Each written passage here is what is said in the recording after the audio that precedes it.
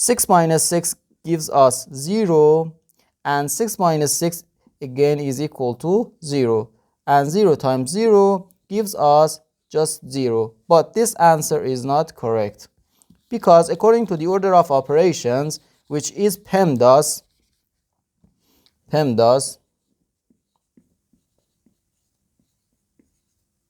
P stands for parentheses, E stands for exponents, M and D stands for multiplication and division, A and S stands for addition and subtraction.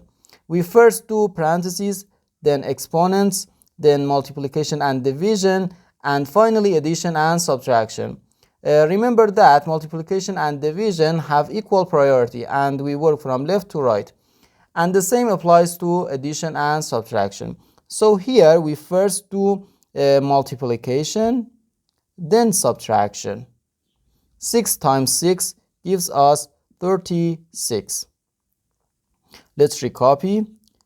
6 minus 36 and again minus 6. Okay, here we work from left to right. 6 minus 36 gives us negative 30, and negative 30 minus 6 gives us negative 36. So this is our final answer to this problem.